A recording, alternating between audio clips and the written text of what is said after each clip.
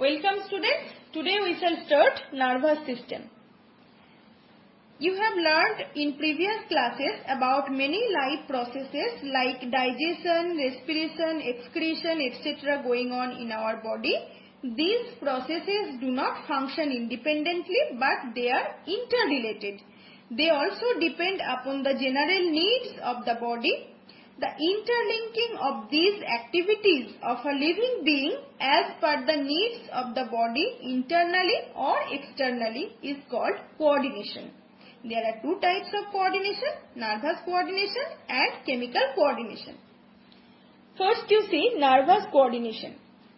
This coordination is brought about by the nervous system. It consists of the brain, spinal cord, nerves and the sense organs.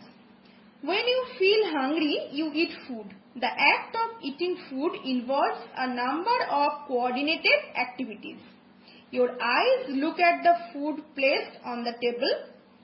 Your brain records this information and the action starts. The arms get the message and they are raised.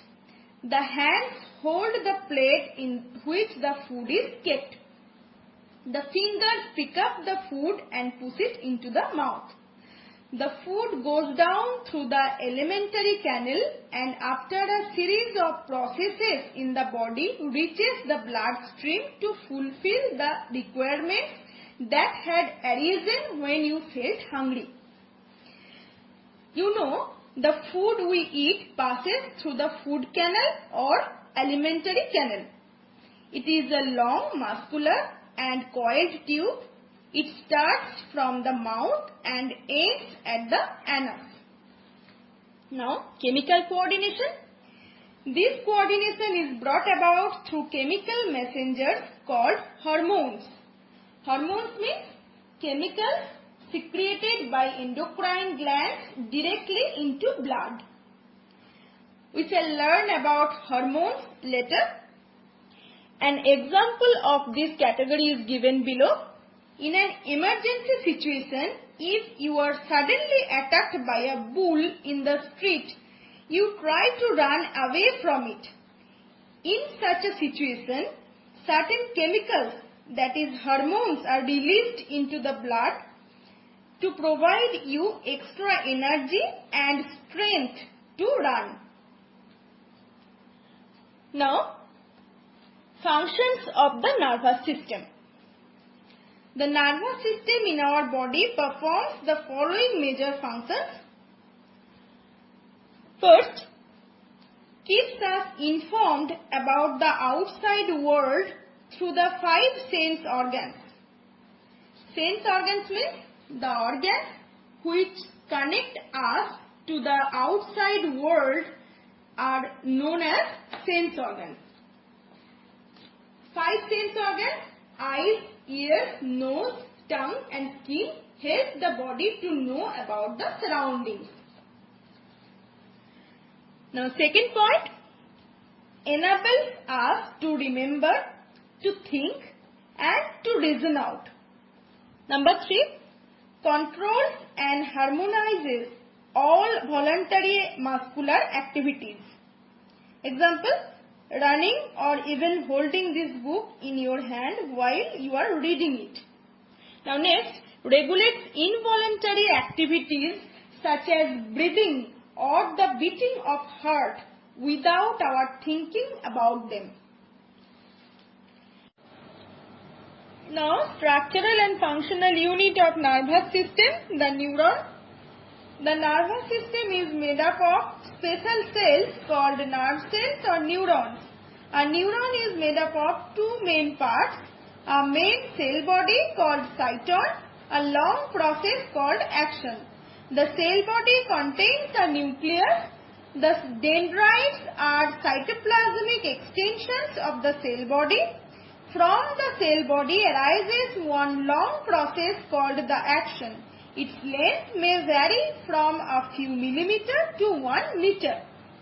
See here, a nerve cell or a neuron, cell body or cyton, here nucleus, dendrites, nerve fiber or or action sheath. The end of the action terminates in a number of branched filaments called terminal branches. Here, terminal branches.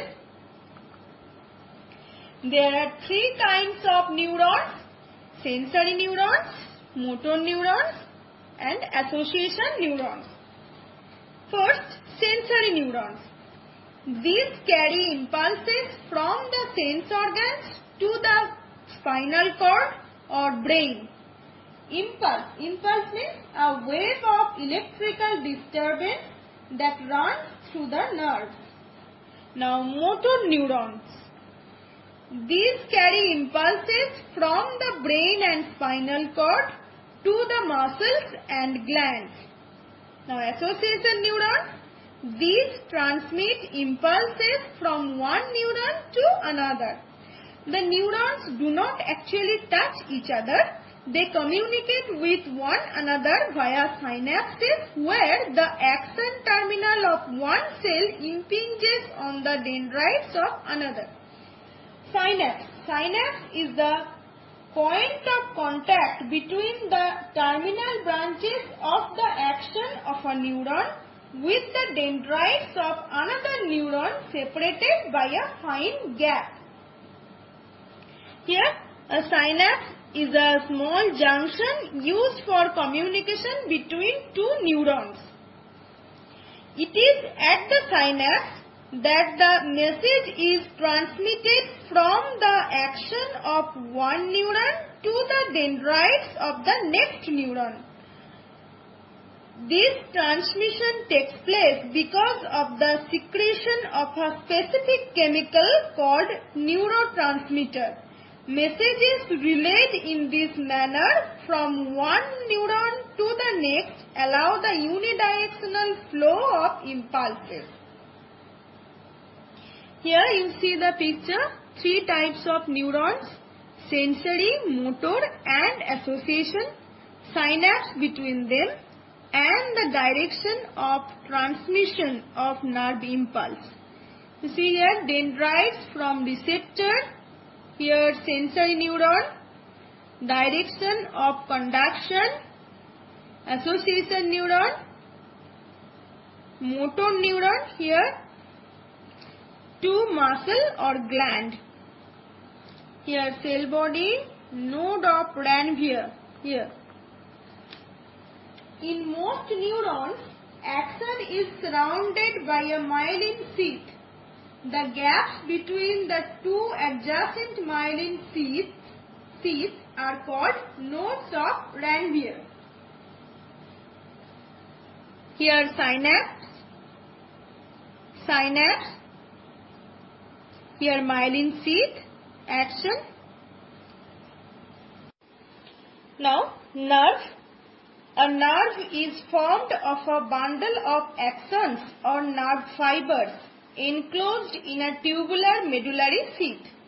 This sheath over the axon acts like an insulation and prevents mixing of impulses in the adjacent fibers. You see here nerve fibers grouped into a nerve. Here nerve fibers. There are three kinds of nerves: sensory nerve, motor nerve, mixed nerve. First, sensory nerve. It contains only sensory neurons. Example, optic nerve of the eye. Motor nerve. It contains only motor neurons. Example, nerves going to the muscles of the eyeball. Next, mixed nerve. It is the one which carries both sensory and motor neurons. Example, the nerve which goes to the tongue. So, sensory nerve contains only sensory fibers which bring impulses from the sense organs to the brain or the spinal cord. Example, optic nerve of the eye. Motor nerve contains only motor fibers which carry impulses to muscles or glands from the brain or the spinal cord. Example, nerves to the muscles of the eyeball. Mixed nerve is the one which carries both sensory and motor fibers. Example, the nerve which goes to the tongue. Now, you see some basic terms in the functioning of nervous system. First, stimulus. Stimulus means any change in the environment that usually results in change in the activity of the body. Now, response. The activity of the body due to the stimulus. Impulse. A wave of electrical disturbance that runs through the nerves. Now, receptors. The sense organs which receive the stimulus. Here. Now, effector. Any muscle or gland where the response occurs. Now, human nervous system. You see, the nervous system of human beings consists of the following three parts. The central nervous system, the peripheral nervous system, the autonomic nervous system. First, the central nervous system. It consists of the brain and the spinal cord. Here, it consists of the brain and the spinal cord.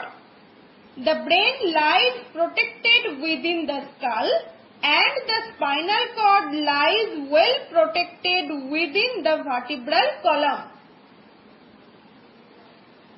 Now next, the peripheral nervous system. It consists of the nerves passing to and from the central nervous system. Now next, the autonomic nervous system. It controls the involuntary activities of various body parts and so forms the involuntary part of the nervous system. You see here brain and spinal cord. Here brain, spinal cord, central nervous system.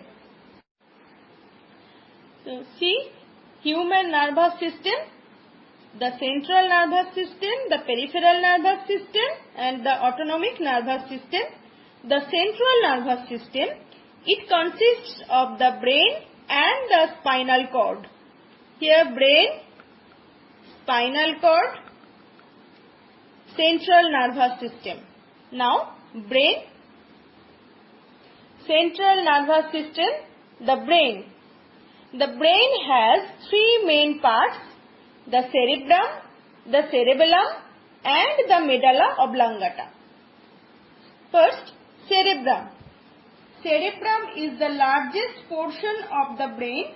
It is divided into two hubs called the cerebral hemispheres. Their outer surface is folded with ridges and grooves. Each hemisphere is internally hollow. Their walls have an outer and an inner portion. The outer portion contains cell bodies of the neurons and is called grey matter. It accommodates a large number of neurons. Human cerebrum contains about 9 billion neurons. The inner portion of the cerebrum mainly consists of axons and is called white matter. You notice this point? The outer portion contains cell bodies of the neurons and is called grey matter. Here, the inner portion of the cerebrum mainly consists of axons and is called white matter. The cerebrum is the seat of intelligence, consciousness and willpower. It controls all the voluntary activities. So, cerebrum is responsible for the learning ability, memory, intelligence, willpower and thinking. Now, cerebellum. Cerebellum is much smaller and is located under the cerebrum. You see here cerebral hemisphere and here cerebellum.